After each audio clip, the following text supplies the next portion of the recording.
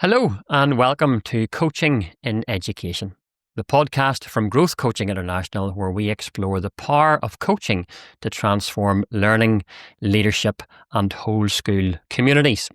I'm your host, Richard Reid, and in today's episode, we're continuing our Stories from the Coaches series, shining a light on the people who are helping to shape coaching cultures around the world.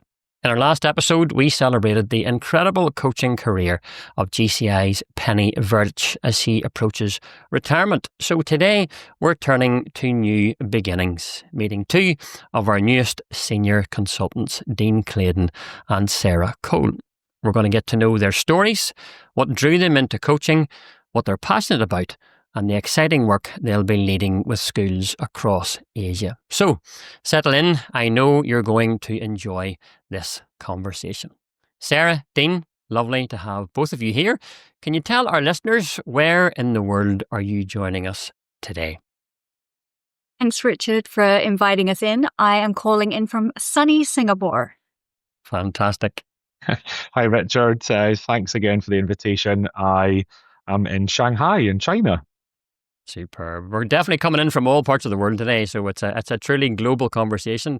Fantastic to have you both. Can you each give us maybe a little snapshot of your professional journey so far? And Sarah, we'll start with you. Sure. Health and physical education teacher, head of department, teaching and learning coordinator, originally from the UK in a county called Devon.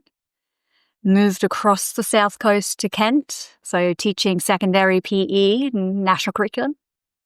2008, thought I needed a bit of a challenge. Went over to Australia, teaching secondary HPE and middle school science for Queensland and Brisbane Catholic Ed. And thought, why not try somewhere else again? So I ended up in Hong Kong doing the MYP, so my first days of International Baccalaureate. And the last 12 years, I've been here in Singapore, my first primary post, so PYP, and a not-so-typical teaching and learning role. Fantastic. The passport is getting well stamped up over that period of time. Sarah, thank you very much. Dean, what about you? Thanks, Richard. Yeah, I'm also a primary teacher by trade. You can probably tell from the accent, started off in Scotland. So I was working there in a local school for, the first part of my career. And similar to Sarah, I got the itch to go overseas. Thought that I would be a kind of tourist teacher. Went off to Shanghai for what was originally meant to be 1 year. And that was 14 years ago. I'm still in Shanghai. But in that time, I've worked in a range of international schools in the city. And in the last 3 years, moved more into a group-wide role as a director of professional learning. So, although I've done leadership stuff in the past and in previous schools, I guess I've kind of been in the business of teacher and leadership growth for a while, and now really happy to be joining GCI with Sarah as well and building things in Asia. Fantastic. So we're all about coaching on this podcast. Sarah, when did you first encounter coaching and what was it that clicked for you? Coaching in the essence that we're talking about, and not sports coaching. Back in 2018, I actually attended a high-performance workshop, which I thought was about leadership, physical health, and nutrition. It was something completely unexpected. There were these two other people who called themselves coaches. And that's when I got introduced to ontological coaching. And it was something around leadership. I asked a question, or I was stating a belief. And the workshop leader turned around with curiosity and challenged it. It's like, does it have to be like that? And I was like, no, actually, it doesn't need to be like that. It could be anything, but I don't know what the answer is yet. And so that got me hooked in. And I was like, oh, tell me more about these questions, this coaching stuff. Because my experience had previously been through a sports coaching with gymnastics, trampolining. And as a PE teacher, teaching sports or coaching sports. So this other way of asking questions and listening in different ways. I was like, tell me more about this, because I can see how coaching and education can work hand in hand. It just makes total sense to me. So I ended up doing the flagship program, ongoing training, ongoing programs. And I was like, how can I bring this to my school? How can I bring this way of being? And so that's what hooked me in to coaching. That's interesting, and it's interesting we talk about the sporting analogy in there, and that's still today, 2025, folks are hearing the word coaching and they're thinking of sports.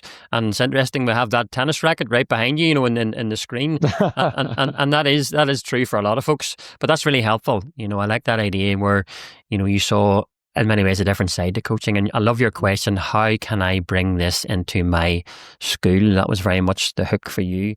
Sarah, that's fantastic. Thank you for that. Dean, for you, was there a particular moment when you realised coaching could really transform how educators grow and connect?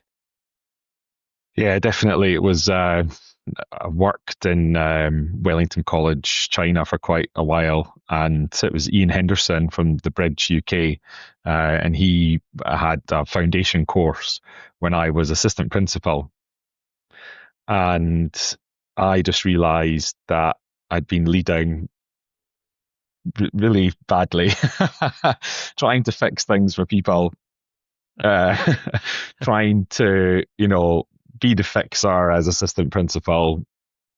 And I think that was at the time when I realized, oh, I can build independence in my team. If I ask the right questions, then actually I can find out how they want to be helped. And also sometimes, you know, they might want mentoring, they might want coaching. So for me, it was very much a realization that there's a better way to empower your people. But also just the training itself. I'd heard a rumor that it was like the best professional development that people had been on. And I was quite curious. I was like, oh, I wonder what that is. And I think for me, it wasn't like a typical course, like a typical module that you go on or a weekend. It was time for me to reflect on my personal goals and my professional goals. And actually, a lot of the stuff that we were coached on, yes, it was about school, but it was also about our life.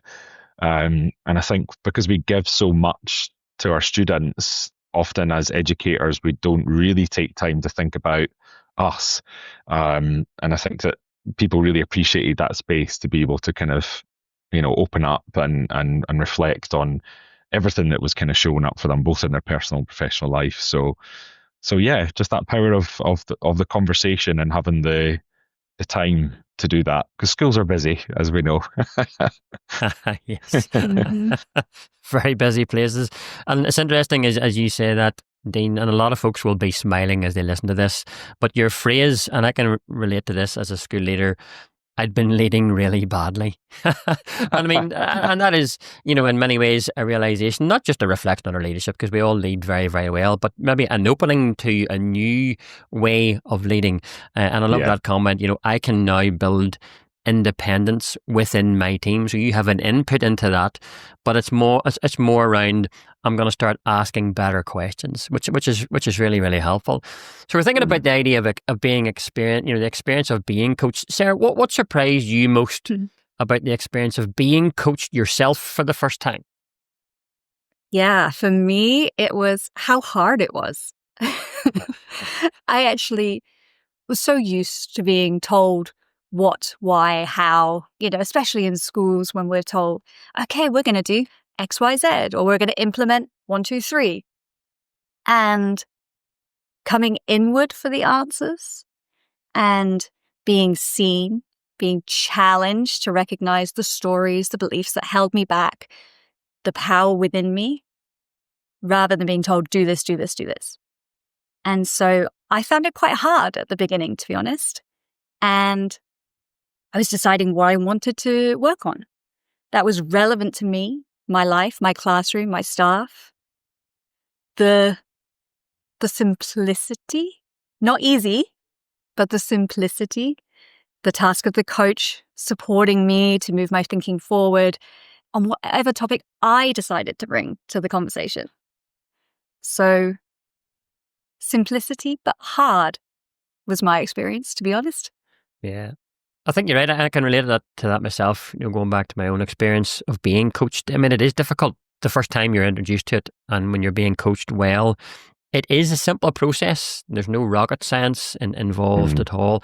But I love your phrase, being seen. And being seen means ultimately being heard. So the other person is obviously, listening and having a conversation in a way that you feel seen and heard. And also that word relevant. So it's relevant to you there and then, which makes it a very, very powerful conversation. Dean, what about you? Can you remember an early coaching conversation that really stayed with you? One that maybe shaped how you think about your role today? Yeah, definitely. It was not that early. It was quite recently, actually, but it has stuck with me. It was at the Institute with Jim Knight, and he was coaching me as doing a demonstration. And that's actually where I met Sarah in Singapore. And I knew about strengths-based coaching. I'd read about it a lot. I obviously listen out for people's strengths in the coaching that I do, but being coached by someone else and then mirroring back my strengths, I think maybe that's the critic in myself. I'm always trying to improve, or maybe I guess teachers in general, we're always striving to improve. But actually, it was taking that moment to stop and think about what I'm actually doing well. And Jim identified these strengths that perhaps I'd maybe forgotten. When we're having a bad day or a bad week or a bad term, it's sometimes really hard to remember the good in what people are doing. And so that kind of strengths-based approach and, remembering that there's a lot of great in what we do. I think more people in schools need to hear that and need to be reminded of that. And it certainly put a spring in my step and made me think, oh, right, okay, it's not so bad. I've got this. So yeah, that was strengths-based coaching, and obviously from Jim. What an opportunity to be coached by him. Yeah. But I think you're right. The word that resonates with me there, Dean, is opportunity. So, as educators, we spend so much of our time, and rightly so, looking at where the gaps are, what we need to improve for ourselves, for our team, for our students ultimately. But quite often in the midst of all of that, and it's very well intentioned, in the midst of all of that, we forget about what's actually going well at the moment. That phrase, wake up, you're here, have a look around and see what's actually going well. And there's a big element of coaching that can really shine a light on what's going well, which then in many ways gives you the confidence to move forward and try and, bridge those gaps and try and make those improvements. So that's going to be really helpful for folks who are listening in. Both of you folks now support obviously educators and leaders to create what we would call coaching informed cultures. But your approaches seem deeply personal. Sarah, your work blends curiosity, care, and evidence-informed practice. What does that combination look like when you're in the room with a client or a team? Care first. It's like written into my contracting. In my contracting, it says your well-being is at the heart of our conversations. And it's also one of the domains of trust from Charles Feltman. So care, because teachers are doing important work. You are important. Yes, we look at the students, but you are important too. And to do it well, I care about you. And it's one of my favorite teaching paradoxes, actually, because it's not about you and it's all about you. So we can have a bit of fun, a bit of challenge, because we have that foundation of care. And then listening with curiosity. What's said? What's unsaid? Questions that come from curiosity, not from needing to know for myself, but to help move your thinking forward, help broaden your understanding. Noticing, paraphrasing, all those key skills come in with curiosity. And to get clarity on what's wanted and what's working and what's next. Now, because I care and I'm curious, I'm very likely going to challenge your thinking. And this is not out of thin air. This is with research. That's the evidence-informed practice coming in. And another domain of trust is competence. And so not only the competence of your perceived competence of me, but your own competence of, I can do it. We have care, positive connections, there's relatedness, and the autonomy and choice of like, I choose to do this. And so that's very much, Ryan and DC self-determination theory. We've got competence, relatedness, and autonomy alongside the competence and care and reliability and sincerity of trust. I love the fact that you jumped in straight away with the fact that care comes first. And, again, in busy schools, you've mentioned that schools are very busy, hectic places. There's a lot of pressure involved in the education world. But where you have one other individual in front of you, a teacher, an educator in some shape or form, to be able to, as you say, right up front, make it very clear that I'm here in my capacity to care for you. That's first and foremost. And you're absolutely right. That's where trust starts to form. So the other person realizes that you have a vested interest in them, from their for their benefit, not for your benefit, but for their benefit. So that curiosity then fits in perfectly, because you're curious for all the right reasons. You're curious in order to help the other person see their strengths. We've talked about that already today, but also in many ways see what's needed, what's wanted, and move forward. And I love then at that point you bring in the word challenge, because challenge is needed as well. We want at the end of a coaching conversation to have helped the other person move forward and have, you mentioned clarity, yes, but also those action steps. So when you finish the conversation, the other person, be it me or somebody else, has an idea, a very clear idea, well, what am I going to do next? Because Sarah has challenged me, but challenged me on the basis that she cares for me. First of all, we've built a little bit of trust. And that challenge then, I'm ready for that. In fact, if it's going well, I'm expecting that challenge. So that's a lovely way of explaining that, Sarah. The listeners will really appreciate that. Go ahead, Dean. I was just going to build on the importance of the care that you mentioned, Sarah. I think that I've noticed, and I think you probably both agree, that sometimes people can come to coaching because the person needs to be fixed, but actually it's a privilege to have a coach and to have that space with somebody that really does truly care for them and give them that time for them, because in some schools the coaching can be sort of used as a stick to beat teachers with, so coming from that contracting point of care, I think that's such a good part of your philosophy, because I've seen it in schools where it's like, oh, coaching's going to be done to you now because there's something wrong with you. So I love that. Yeah, no, you're right to pick up on that, Dean, and unfortunately, on too many occasions, there are schools and other organisations where coaching is brought in to fix people. It's a remedy to something. As you say, that person, there's Richard, he just needs a good dose of coaching and that'll sort him out. His teaching will improve, and that's not what we're about. So that's been a lovely way of really making that clear to folks who are listening, which I think is really, really helpful. Sarah, you often talk about experiences that are experientially rich, isn't that a lovely term, and immediately applicable. What's the secret to designing learning that sticks? Ooh, learning that sticks. Well, we're not heads on sticks. I can tell you that. We're not here to fill an empty pail. I didn't only talk to my students about leadership or conflict resolution, for example. I created spaces for them to experience it, to embody it, to practice. And the same for the staff. It's opportunities to practice it and embody it. Now, it's easier for the kids as they haven't had multiple decades of practicing and embodying beliefs and ways of being. So with adults, it takes a little bit longer sometimes. So taking a risk, doing something a little bit different. But I know that when I've been in really great learning conversations, there's been something I can try out almost immediately, either for myself, in my classes, for my students, for my staff. And it doesn't matter how small. One thing I say a lot is start small, start now, building that momentum. And in the sessions, that's where we're planting the seeds. And the experiential part is a different approach, a different conversation, or a different strategy. That's the fertilizer to help grow the trees. And underpinning all of this, to me, is hope. And if you look at hope theory, it's like is it worth it? The goal has to matter.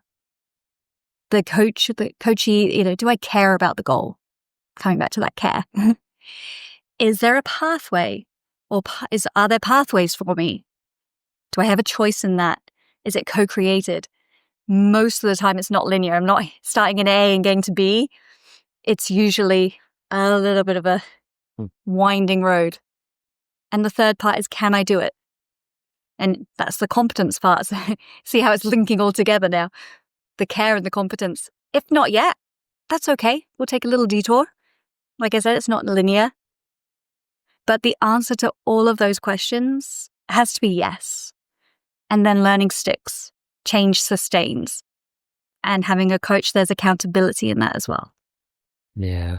I like the way you paint that picture. There's a build up, in that relationship in many ways, but there's an important element for the coach to explain that very clearly to the coachee. I think that's and you've done that very, very well. I love the idea where you're starting off with the fact that there is risk involved. So we're asking the other person to take a risk, but as you say, there needs to be something that they can apply pretty much immediately. They can get, in many ways, a quick win in a positive way to see the benefit of this coaching conversation, which is really important. But there's a lovely phrase: start small, start now. And I think trying to get that, across to folks, particularly folks who are listening to this, they maybe haven't tried this, they're maybe skirting around the edges a little bit, dipping their toe in the water. Start small, but start now, which is really, really helpful. And then ultimately, as you say, down the line, designing learning that will genuinely stick, because you've got two people then heading in the right direction, which is really, really helpful. Dean, your recent research, which I find really interesting, Start with the Heart, explores positive psychology coaching and teacher wellbeing. What inspired you to do that study? Yeah, thanks. Thanks, Richard. A few things. My great uncle Dan, he was actually a psychologist, and I was looking for a bit of a change in my career. And I remember asking him whether I should do a master's in psychology or not. And he said, "Oh, if you're bored and you want to learn something new, just do it." So at which point, there were certain times of that study that I regret that. So that was part of it, because I had a psychologist in the family. But then also from my personal struggles in terms of mental health and well-being as a school leader. I had struggled with managing the job. I'd also seen the struggles that other teachers, go through in terms of stress and burnout. So what I wanted to do was, I know there was a lot of research in the West, as in the US and in Australia, in terms of the impact of coaching. It's obviously very well researched there, but there was less research done with teachers in international and bilingual schools in China.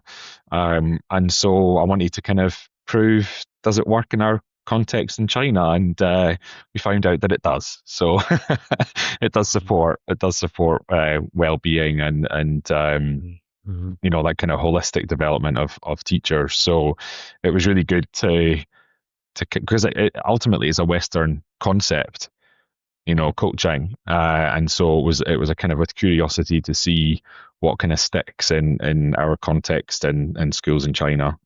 Yeah. So we're very grateful to Uncle Dan for his input in many ways.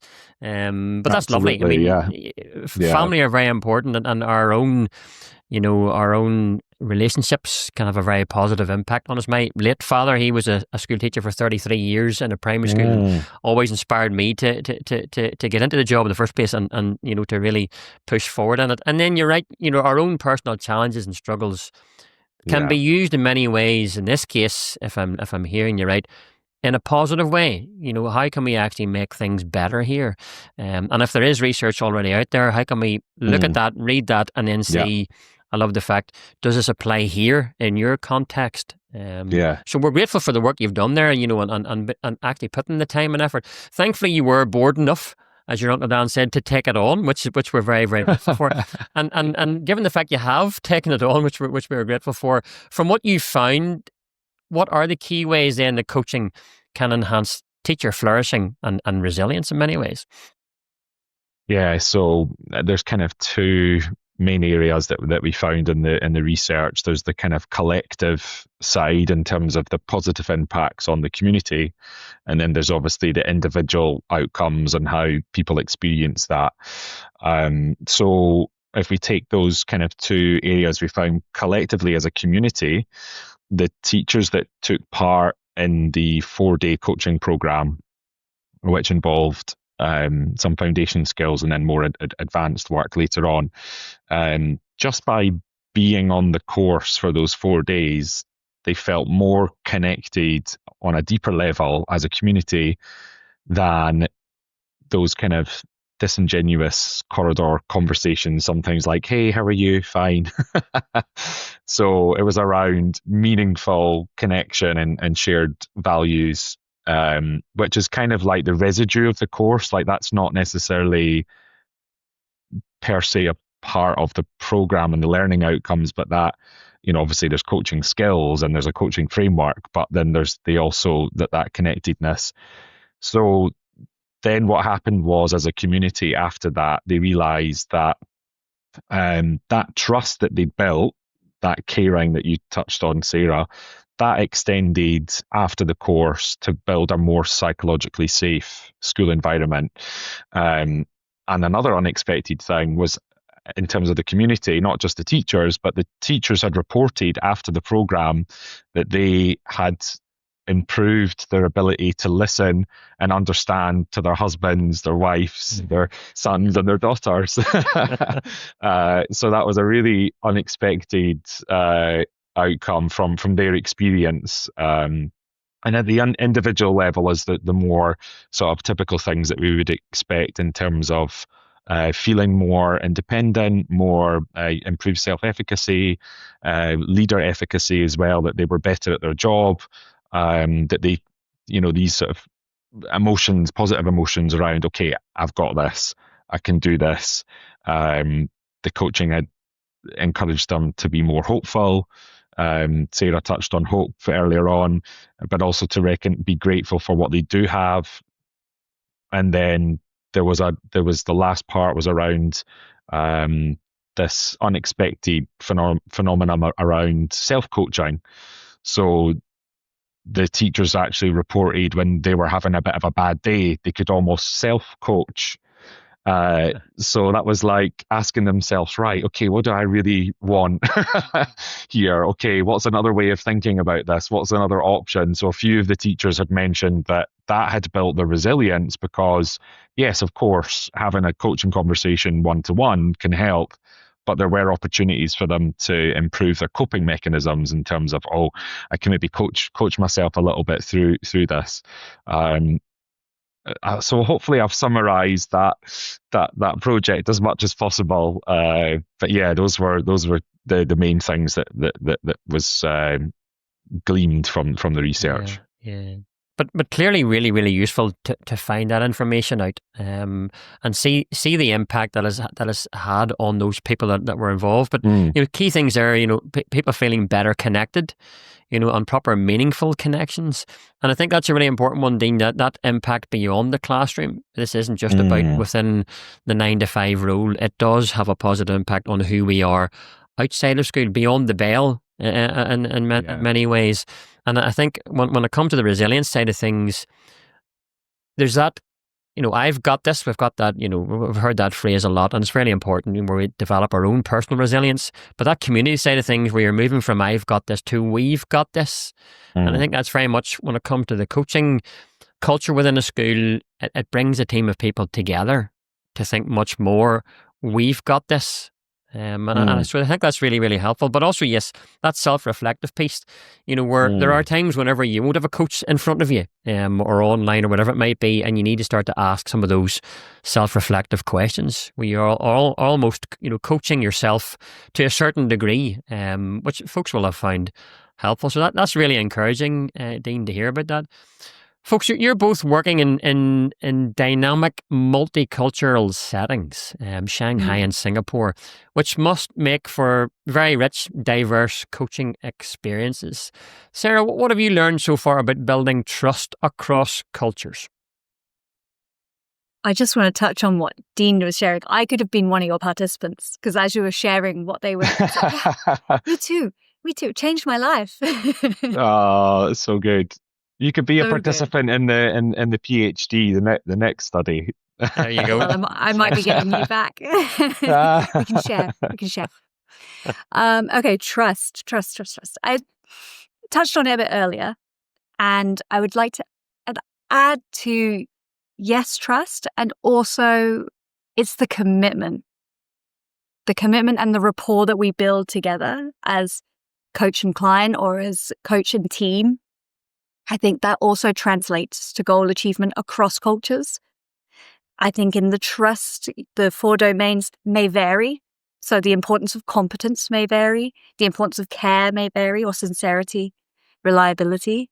But I think commitment and rapport translates across all cultures. And the great thing about coaches are that we're willing to ask questions. And so sometimes they're a little bit more direct, depending on who I'm speaking to. They may become a little bit more indirect as well, because I don't know what I don't know. And I don't want to be ignorant about that, but bringing back that curiosity. Yeah. I like that idea where straight away you're seeing commitment and rapport works across all cultures. And I think that's one of the strengths of coaching, as a concept. It does work across all cultures, and you folks obviously in the communities that you're working with, there's a variety of cultures in there. And we do need to be, yes, culturally sensitive within our conversations, absolutely. But what we're trying to do works across all cultures. And I think that's going to encourage folks because we're becoming a much more multicultural society, no matter where we're listening in from, in this particular podcast episode. So that's really encouraging, Sarah, to the folks who are listening. Add on that you're coaching the person in front of you, or you're coaching the team in front of you. It's not a stereotype that you're coaching. You're coaching the human being, and everything that they bring with them, their personal histories, their cultures, their influences. It all comes together and all comes through as well. Mm-hmm. Yeah, very, very helpful advice to folks who are listening. Dean, are there particular cultural nuances that shape how you listen or ask questions, in your opinion? Yeah, I mean, I think one of the things I've picked up on the coaching training in China is obviously we talk about coaching skills, fundamental skills, questioning and listening.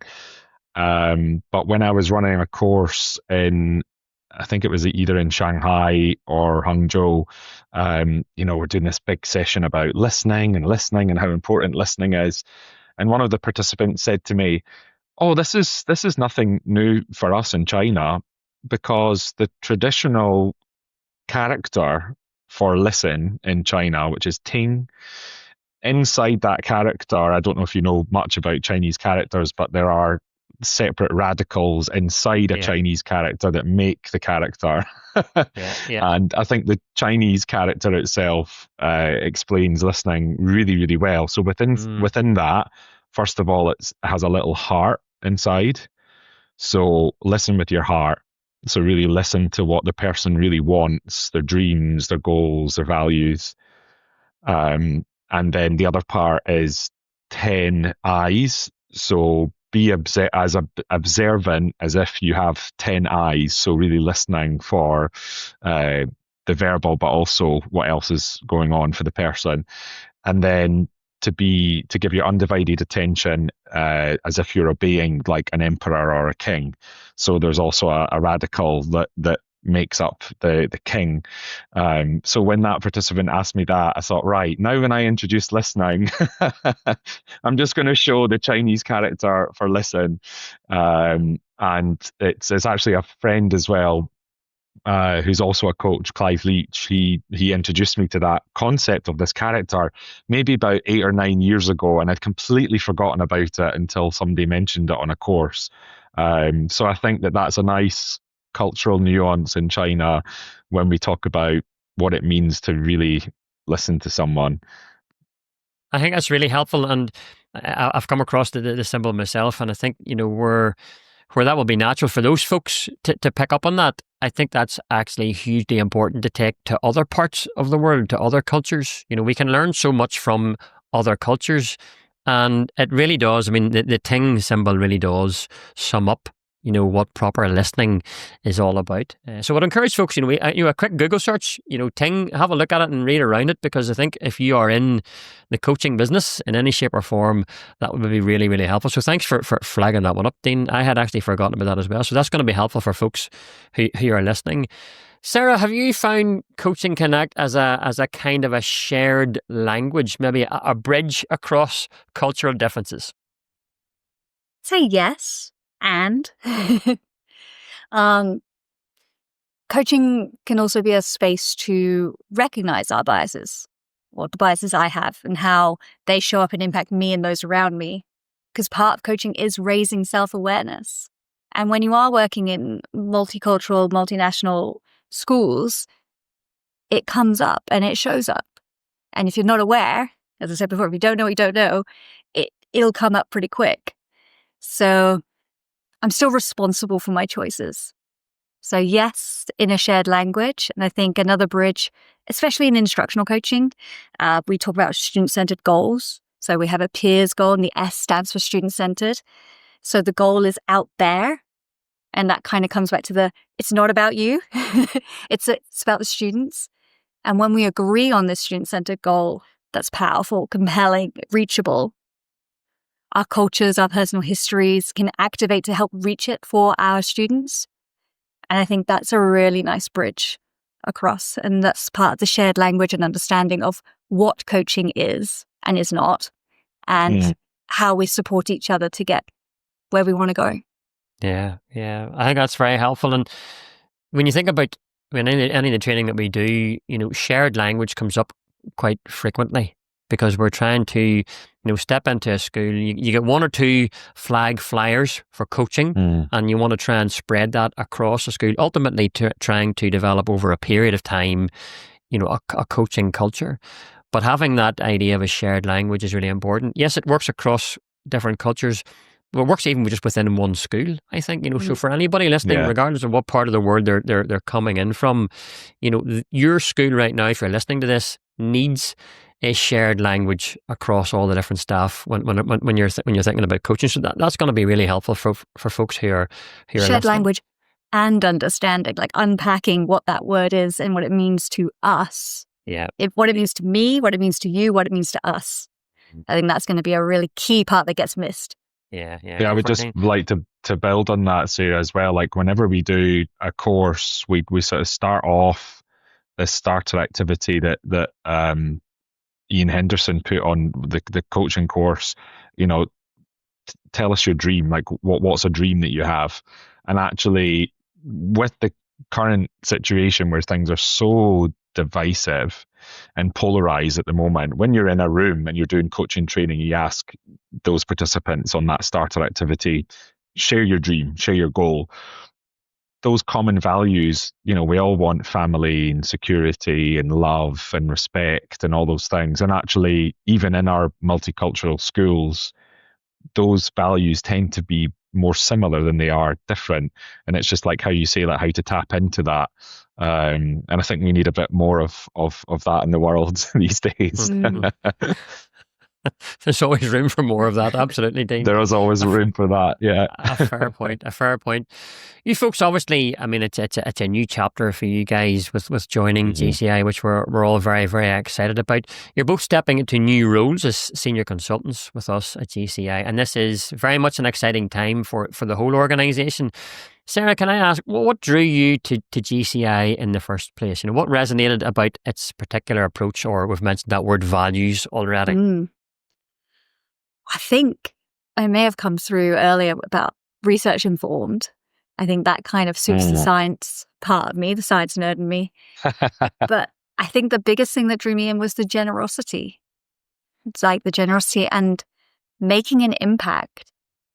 And for me, stepping out of the teaching role was so that I could make a greater impact across multiple schools, not just the one. And it's collaborative. We work together. and practical. So taking in immediately applicable things that we can do. It's not all up here, this abstract idea.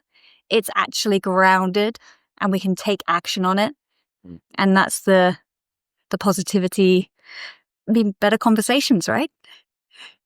Absolutely. I love that. I love that scale. If we had some way of a little graph, we talked about the research informed element, which is important to you. That appeals to the scientist in you, and that's very important to Growth Coaching International, and then right through to ultimately having impact on ordinary everyday educators who are doing the job on the ground, and bringing those two things together, I think is fantastic. So thanks for highlighting those two.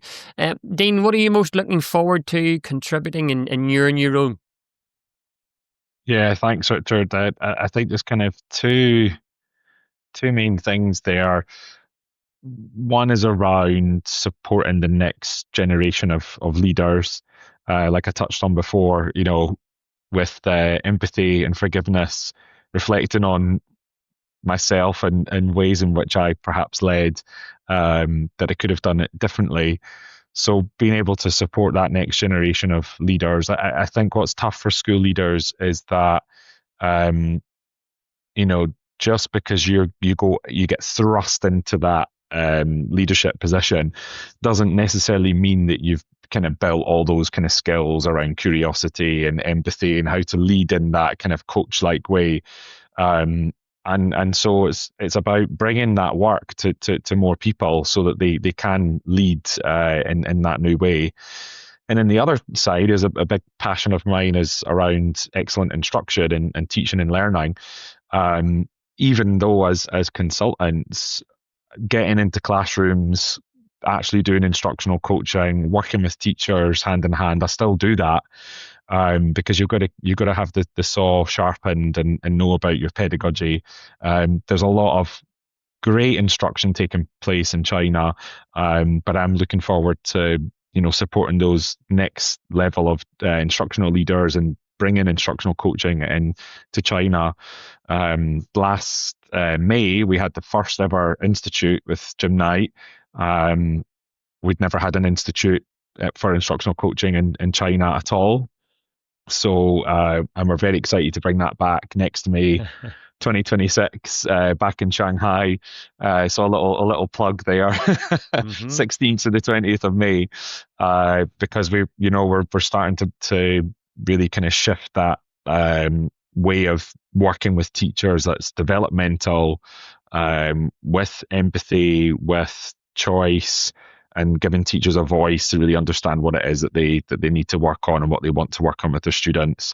And yeah, just kind of getting away from that culture of judgment and evaluation and more supportive sort of developmental coaching conversations. So yeah, lots to be done. As you know, China's a big place, so going to be busy, I think. There's a lot of people there, a lot of people. There is, fantastic. Yeah. Dean, Sarah, what about you? What about opportunities that you see for coaching to make a real difference in your region over the next few years? I think I'm going to build on what Dean was sharing, and it's that humanity, right? The humanity, especially for me, it's middle leaders, because we ask a lot of our middle leaders to support their team's curriculum, pastoral, to be line managers, and there's so many different hats to be wearing, but providing the training and the tools and strategies to support them to reduce the stress, to reduce the burnout, the amount of teachers leaving the profession because of all of this extra plus. And I see that in Singapore. I see it across the region. I see it across the world. I mean, that's the great thing about being in the position we're in now, is those conversations globally. But in the region here where academics tends to be placed very, very highly and expectations on children is very, very high. One, how do we support the teachers to do that? Two, how do we support the parents to have conversations, to reflect on themselves, but also have conversations with their own children? And then how do we have teachers and parents talking to each other as well? All for the sake of the children. So up the top here, and then you've got your staff and your parents together. So a little bit of a mix, middle leaders, parents, for our children. Yeah, there's a significant body of work ahead for both of you. I mean, there is, Yeah. which we rise to the challenge because, we're all very much signed up to, as we've alluded to already, the power and the impact of coaching. So we have a Yeah. tool here. We have an approach to conversations which has over the years, decades, proven to have such a positive impact on people's well-being, on their day-to-day practice, on instruction in the classroom, on leadership, on all of those things. So it's very much a positive story. I mean, the word hope's been mentioned a number of times, and coaching conversations do provide hope for the other person that you're having a conversation with. So we're very much positive in how we're going to approach all of those challenges. You've both spoken, folks, about growth and change. And I'd love to finish just with a couple of reflective questions. So maybe, Dean, if I can ask you this one, what's one lesson that coaching has really taught you about yourself? Yeah, thanks, Richard. I would say anything is possible.